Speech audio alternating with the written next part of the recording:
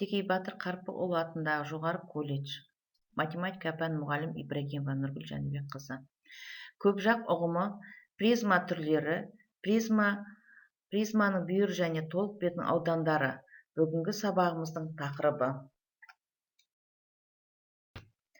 Сабақтың мақсаты: призманың бүйір бетінің ауданын, толық бетінің ауданын табу формулаларын кез келген есеп шығаруда қолдана білуге дағдыландыру. Оқушылардың ой-өрісін кеңейту негізінде өз бетінше есеп шығару дағдысын қалыптастыру. Көп жақ беті саны шектеулі жазық көпбұрыштардан құралатын дене.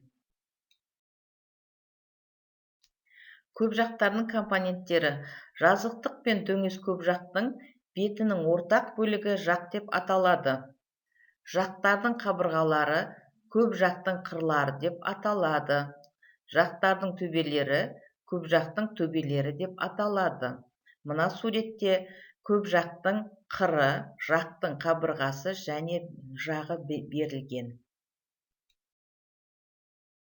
Призма деп әртүрлі жазықтықтарда жататын және параллель көшіргенде бір-біріне келіп беттесетін екі көпбұрыштан және осы көпбұрыштардың сәйкес нүктелерін қосатын барлық кесінділерден тұратын көпжақты атайды. Көпбұрыштар призманың табандары деп аталады. Сәйкес төбелерді қосатын кесінділер призманың бүйір қырлары деп аталады. Призманың биіктігі деп табандарының ара қашықтығын айтады. Призманың бір жағында тиісті емес екі төбесін қосатын кесіндіні призманың диагоналы деп атайды. Мына суретте призманың биіктігі, диагоналы, табаны және бүйір қыры көрсетілген. Призманың құрам бөліктерінің қасиеттері: яғни табандары тең болады, табандары параллель жазықтықтарда жатады және бүйір қырлары параллель және тең болады. Призманың түрлері: тік призма, көлбеу призма және дұрыс призма. Тік призма бүйір қырлары табандарына перпендикуляр болады. Көлбеу призма бүйір қырлары табандарына перпендикуляр болмайды. Дұрыс призма тік призманың табандары дұрыс көпбұрыш болады. Призманың түрлеріне анықтаманы тереңірек берсек: бүйір қырлары табандарына перпендикуляр призмалар тік призмалар деп аталады. Тік емес призма көлбеу призма деп аталады. Мына суретте тік призма мен көлбеу призма кескінделген.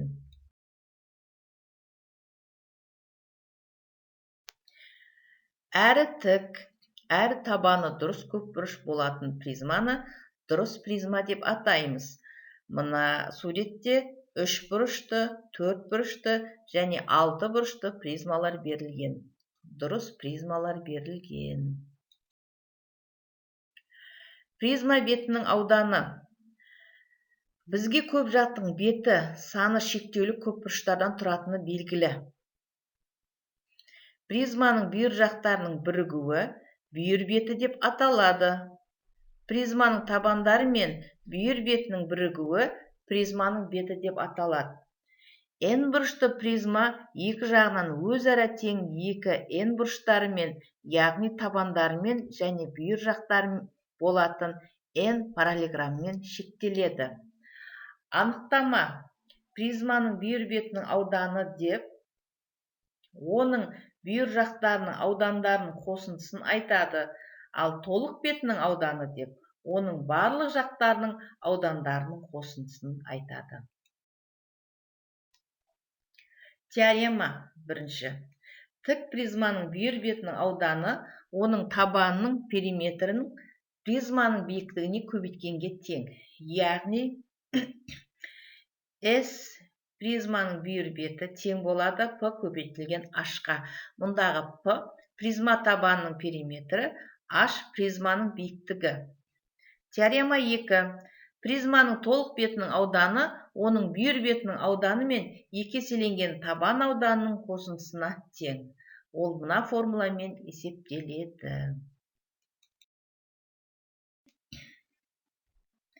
Призманың бүйір бетінің ауданы, призманың толық бетінің ауданы және призманың көлемі мына формулалармен есептеледі.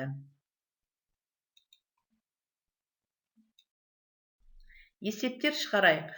1/2 есеп. Торкөз қағазға мына суреттегі ұқсас призманы саламыз.